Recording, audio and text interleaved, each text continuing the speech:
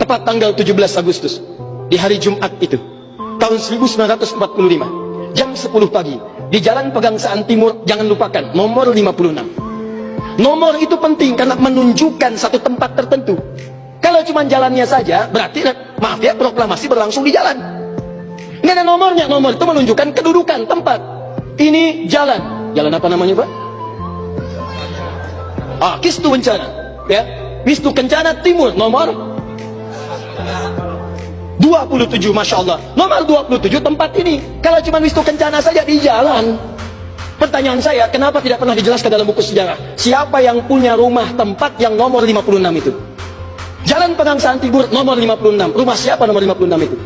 Ternyata itu rumah seorang pengusaha Muslim keturunan Yaman yang sangat cinta dengan negara kesatuan Republik Indonesia ini. Beliau mewakafkan rumahnya untuk kemerdekaan bangsa Indonesia. Namanya Syekh Faraj bin Marta. Mewakafkan rumahnya untuk proklamasi kemerdekaan Republik Indonesia. Insinyur Soekarno datang ke situ dalam keadaan masih lemas, ada kemudian penyakit dalam tubuhnya, maka diberikan oleh beliau madu Yaman di malam harinya.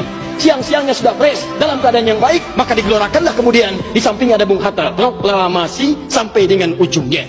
Teman-teman, proklamasi 17 Agustus tahun 1945 itu memiliki saham yang kuat dari pertemuan-pertemuan dan perjuangan para ulama. Karena itulah teriakan takbir yang digerakkan oleh Bung Tomo dari Surabaya itu, Allahu Akbar, Allahu Akbar. Terjemahan takbir itu kalau diterjemahkan dalam bahasa Indonesia adalah Allah yang maha besar, Allah yang maha kuasa. Kalimat Allah yang maha kuasa itu Negara Kesatuan Republik Indonesia mengapresiasi dan menanamkan dalam undang-undangnya. Baca pembukaan Undang-Undang Dasar. Atas berkat rahmat Allah yang maha kuasa. Kalimatnya Allah, tidak ada yang lain lagi. Atas berkat rahmat Allah yang maha kuasa, dan dengan didorongkan oleh keinginan luhur. Jadi keinginan luhur itu diletakkan di akhir setelah Allah yang maha kuasa. Karena dari dulu itu memang punya keinginan luhur, pengen merdeka, tapi belum dapat. Siapa kemudian yang mempercepat keinginan luhur itu? Allah yang maha kuasa. Atas berkat rahmat Allah yang maha kuasa, dan dengan didorongkan oleh keinginan luhur, maka rakyat Indonesia menyatakan dengan ini kemerdekaannya. Dari situ kemudian jadikan sebagai sila dari 5 dasar sila ketuhanan itu. Ketuhanan yang Maha Esa, sila yang pertama.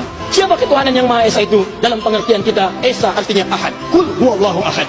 Ditafsirkan kemudian dengan perlindungan dari negara, pasal 29 ayat 1 untuk dasar negaranya. Negara berdasar atas ketuhanan yang Maha Esa.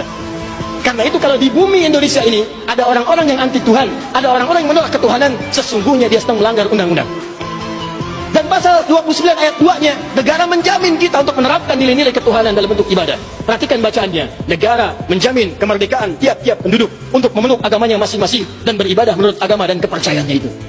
Bagi kita, pengajian adalah ibadah, sholat adalah ibadah, zakat adalah ibadah, taklim seperti ini adalah ibadah. Jadi taklim pun dilindungi oleh undang-undang, taklim pun didukung oleh negara, dan kalimat takbir pun itu adalah kalimat takbir yang tertulis dalam undang-undang dasar kita.